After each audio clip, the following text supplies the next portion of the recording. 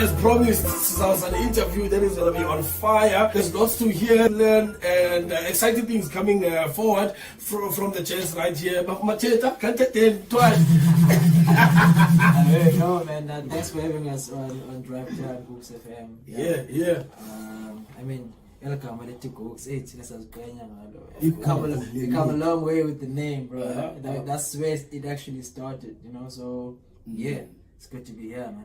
Nice, we good, bro. We good. Can't complain, you know. Yeah, of Marching course. on. Great stuff. And of course, as Amantombazana, because you take pride, and you mentioned, you take pride on the name. So being featured, Quick Cooks FM, that alone speaks volumes. It's a collabo.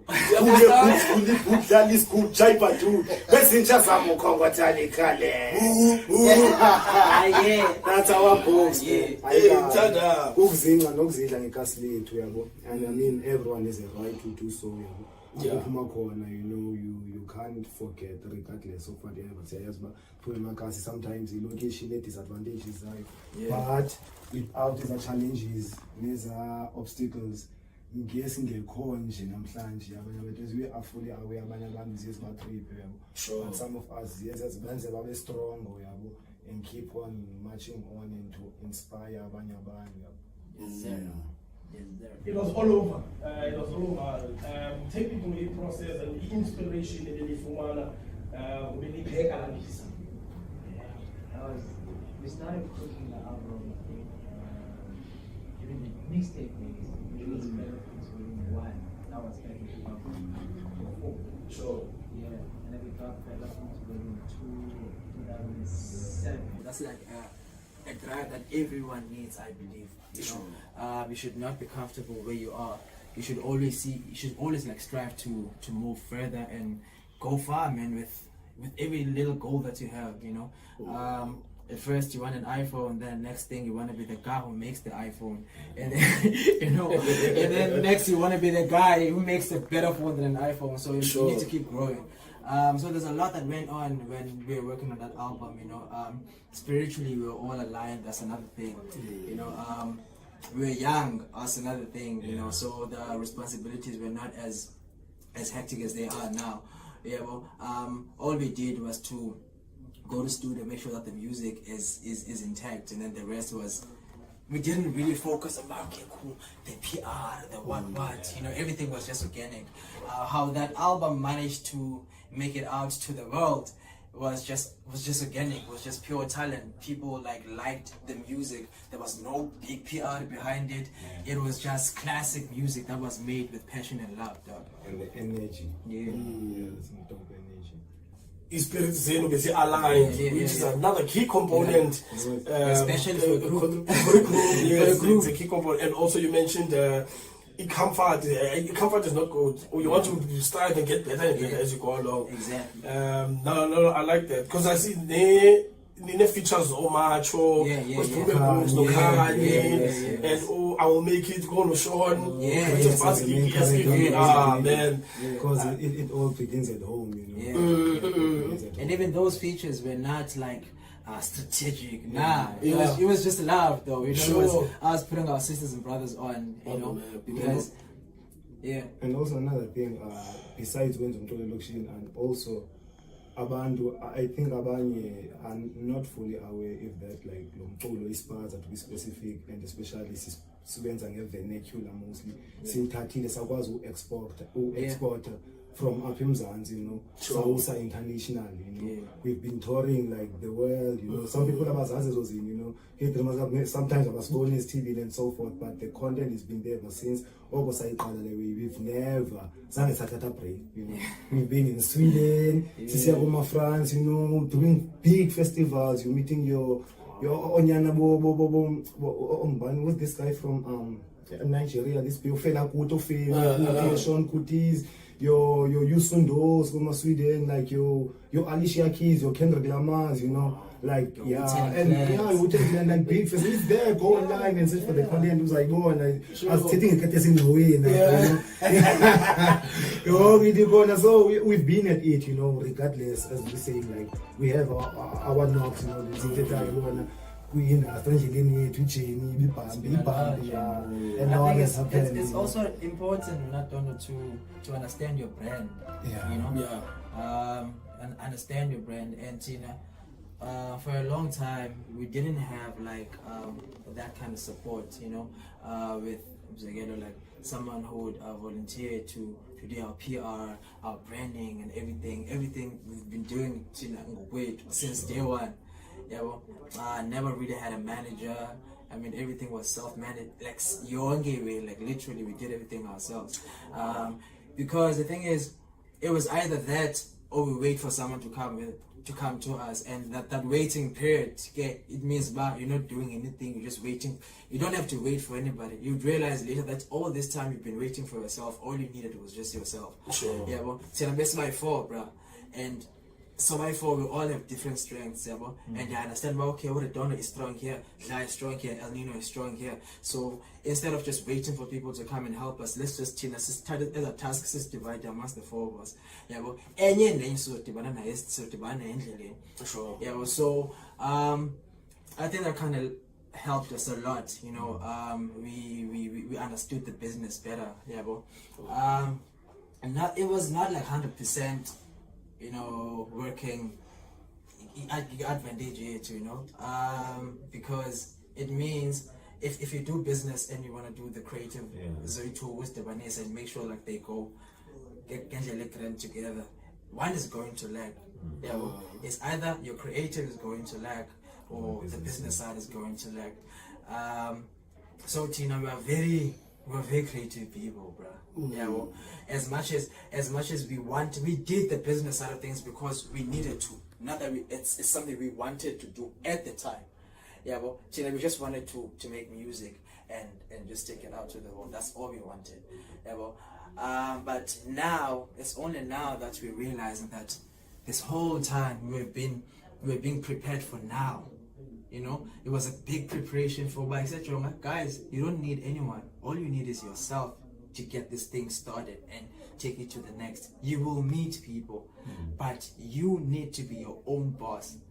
You know, it's only now that we understand it, you know, because looking back, and because I was like, it's blind as it means, dog, like a lot. Yeah, but and a lot of people don't know about that because I mean it's not for them to know. Yeah. It was a part teaching here too. Yeah, but so right now we do a lot of things ourselves. Yeah, but and as I'm only about work now. Yeah, there's a lot there's a lot that's happening on the pipeline. Yeah, well, and also just like besides in our communities as well, we see active kakulu, you know. It's jungle in terms of development. It could be sports, you know. We go to juvenile centers, detention centers, we have workshops by means of sport. We have Vincent Java funky basketball. We come with music, you know, musical element, artistic element. We workshop them. We go to orphan age homes, you know, we assist with whatever. We go to old age homes. We run programs, we do things for them, you know. So yeah, we've been doing and Sienza out of, you know, we're plowing back, we're giving back to the community, regardless, and that we feel one has to do it at the end of the day, you know, because sometimes it's because and you're not going to tell it, and you know, so it's easy hustlers, one man at the end of the day, but what about is to do and this is we are fully aware, we know what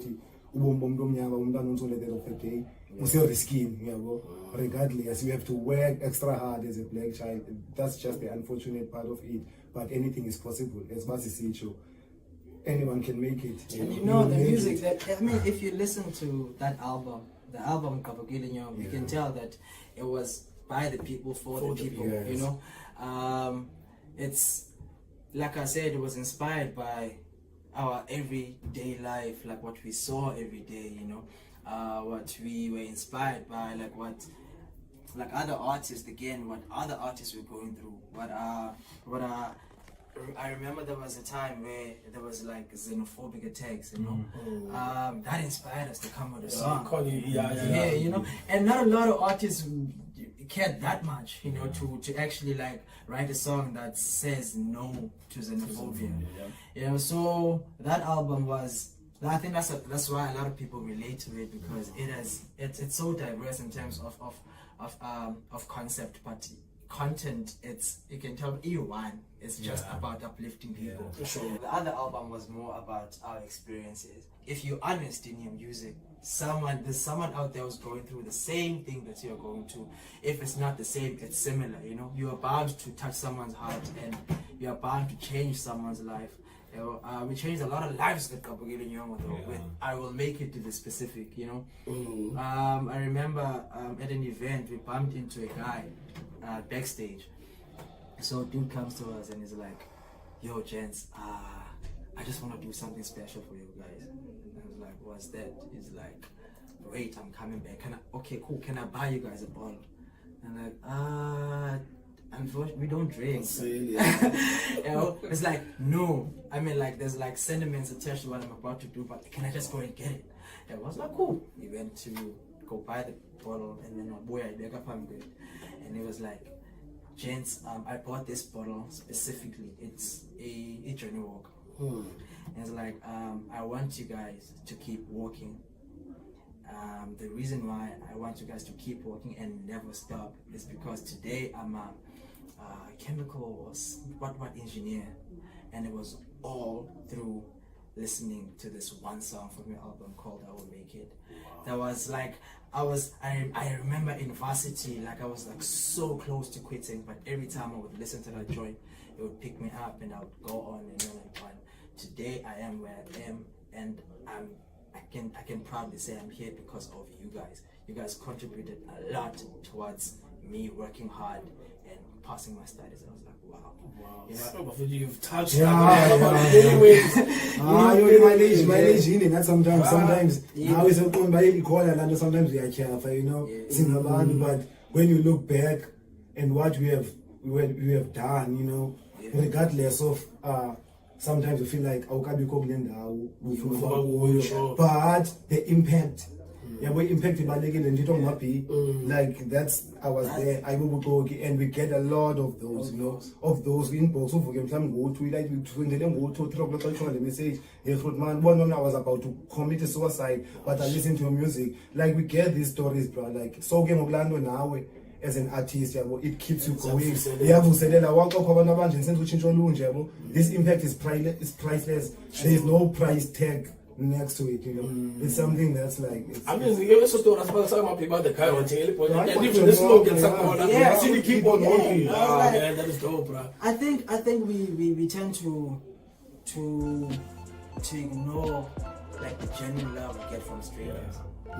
We always seek validation from people that we care for and love, you know, and it's sad that most of the time we don't get that, you know.